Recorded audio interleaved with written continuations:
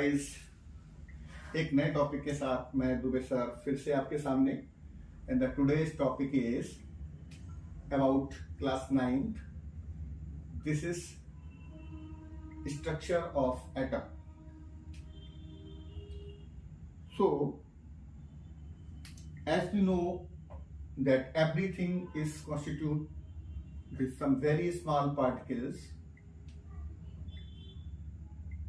These are known as the units. So in this topic we will learn about the unit of matter. So matter is, as you know,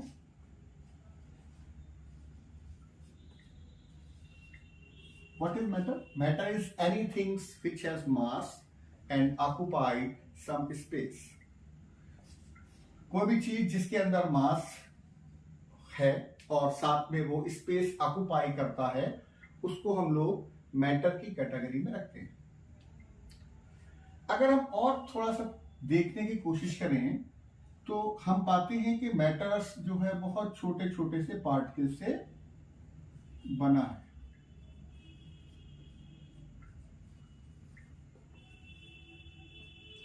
And these small particles are basically known as atoms. So, atoms are the building blocks. What is? They are the building blocks. Okay?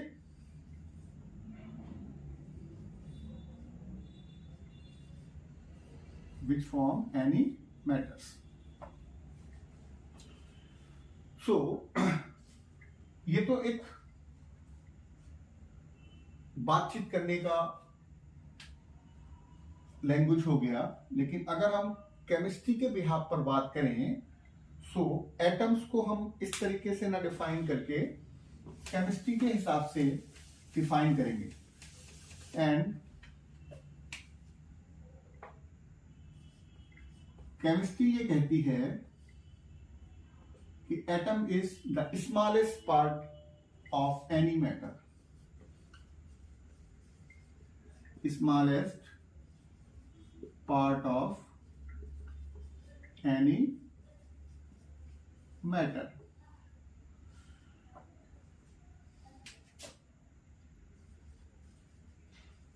Which cannot exist alone, but can take part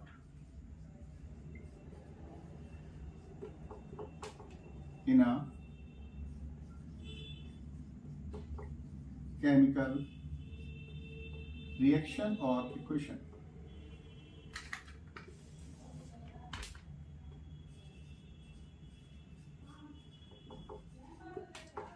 So now आप लोग समझ सकते हैं कि ये किसी भी matter का सबसे छोटे से छोटा पार्ट जो एग्जिस्ट अकेला नहीं करता. इसका ही मतलब समझ लीजिए आप लोग कि Y atom can not exist alone. Atom अकेला क्यों नहीं रह सकता? उसके पीछे रीजन ये है कि अगर कोई एक सिंगल एटम होता है, जैसे ही उसके पास उसका सिमिलर कॉन्फ़िगरेशन का कोई दूसरा एटम नजर आएगा, सपोज ये एटम है और एक दूसरा एटम जैसे ही उसको नजर आएगा, ये आपस में बॉन्डिंग बना लेंगे. और जब ये बॉन्डिंग बना लेंगे तो फिर ये मॉलिक्यूल में कन्वर्ट हो जाएंगे. Okay? That is why atom cannot exist alone. अब हम लोग बात करते हैं थोड़ा सा डिस्कवरी के बारे में. तो मॉडर्न केमिस्ट्री के अलावा अगर और पीछे जाएं हम लोग, तो हमारे एंशिएंट टाइम में एक ऋषि थे कन्नड़.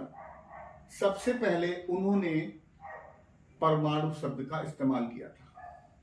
किस शब्द का इस्तेमाल किया था? एटम्स के लिए उन्होंने परमाणु, इस शब्द का उन्होंने इस्तेमाल किया था। सबसे छोटे मैटर को, पार्ट को उन्होंने परमाणु कहा।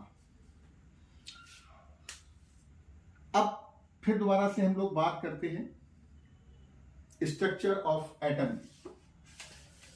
बहुत लंबे समय तक ये माना जाता रहा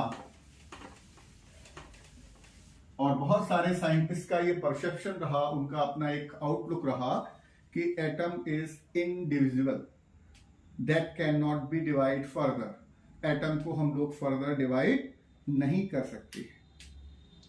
बहुत सारे साइंटिस्ट की एक सीरीज कह सकते हो आप लोग, उन्होंने अपने अपने फील्ड में बहुत अच्छा काम किया, चाहे रदरफोर्ड हो, चाहे थॉमसन हो, चाहे चैडविक हो, चाहे वोल्वरी हो, सो मेनी, ठीक है। और सबने अपने अपने हिसाब से स्ट्रक्चर ऑफ एटम को ग्रेजुअली चेंज किया। सबसे पहले हम बात करते हैं थॉमसन मॉडल ऑफ एटम की।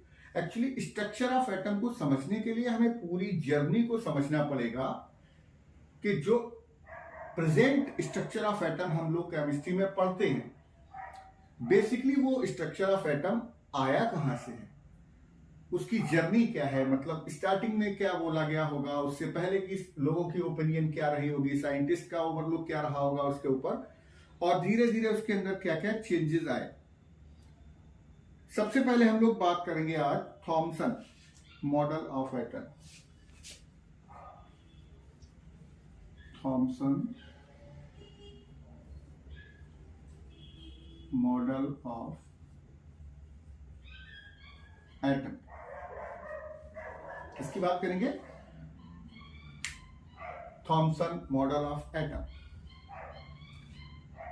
मिस्टर थॉमसन ने सबसे पहले अपना एक मॉडल प्रपोज किया और अपने मॉडल में उन्होंने कुछ बेसिक इंफॉर्मेशन दी। थॉमसन के मॉडल के अकॉर्डिंग अगर हम बात करें तो एटम इज अ स्फीयर। क्या बोला उन्होंने? Atom is a sphere of positive charge.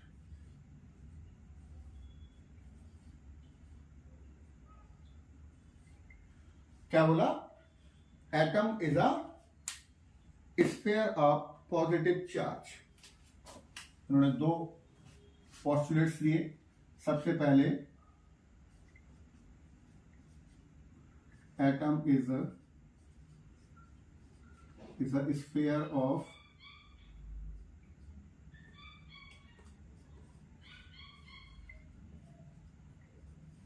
positive charge in which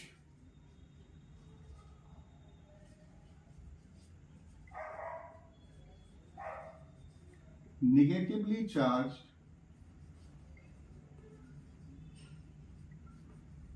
electrons are embedded. And the second point given by Mr. Thomson was total positive charge is always equal to total negative charge.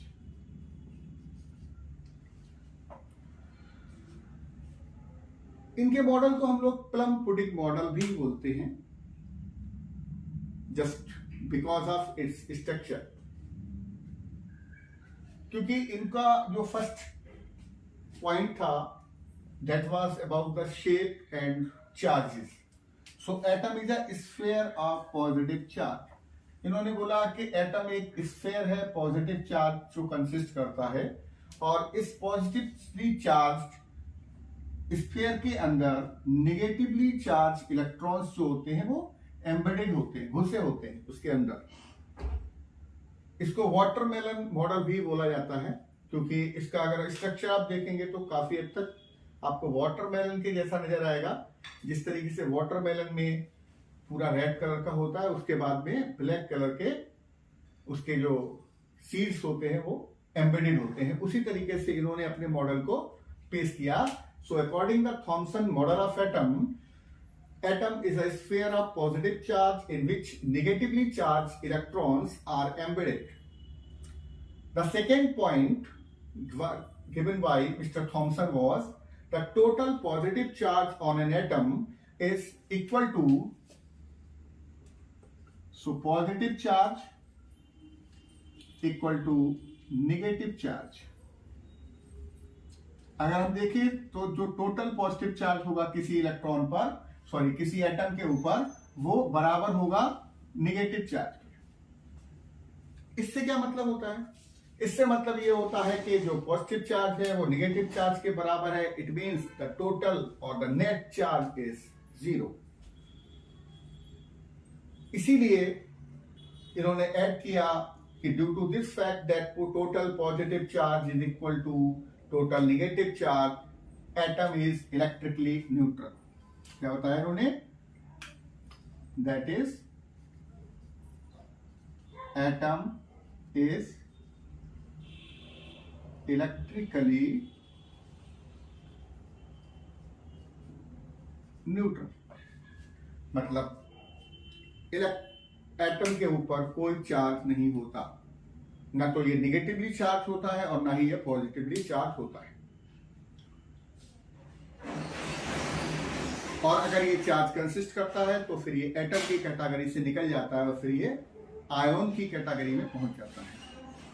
So according to Thomson model, फिर दोबारा quick revision करेंगे हम लोग। According to Thomson model, this is the first model given by scientist, ठीक है, with support of the structure of atom. So this is very important, क्योंकि यहां से हमें दो बातें पता चलती हैं।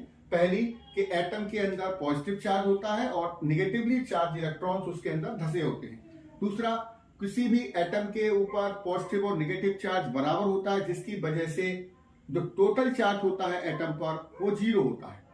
तो हमने दो चीजों को यहां से देखा अकॉर्डिंग टू दिस कि स्ट्रक्चर में कैसा दिखता है, मतलब ये स्फीयर के फॉर्म में होता है।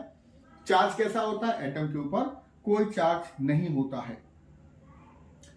इस थॉमसन मॉडल की अगर हम और थोड़ा सा जानना चाहें तो थॉमसन मॉडल आगे वाले जितने भी एक्सपेरिमेंट हुए उनको बेस माना गया थॉमसन मॉडल। मतलब इसी थॉमसन मॉडल के ऊपर फर्दर फ्यूचर में साइंटिस्ट ने काम किया और इसको रेक्टिफाई करते चले गए, इसको ठीक करते गए, इसके अंदर क्या और हम ऐड कर सकते हैं या क्या चीज इसके अंदर और करेक्ट हो सकती है, और उसके बाद में एक फर्दर नया मॉडल हमको देखने को मिला। अगले टॉपिक में हम लोग बात करेंगे थॉमसन मॉडल ऑफ एटम की, क्योंकि जो प्रेजेंट स्ट्रक्चर ऑफ एटम है ये आया कैसे है ये जानना बहुत जरूरी है।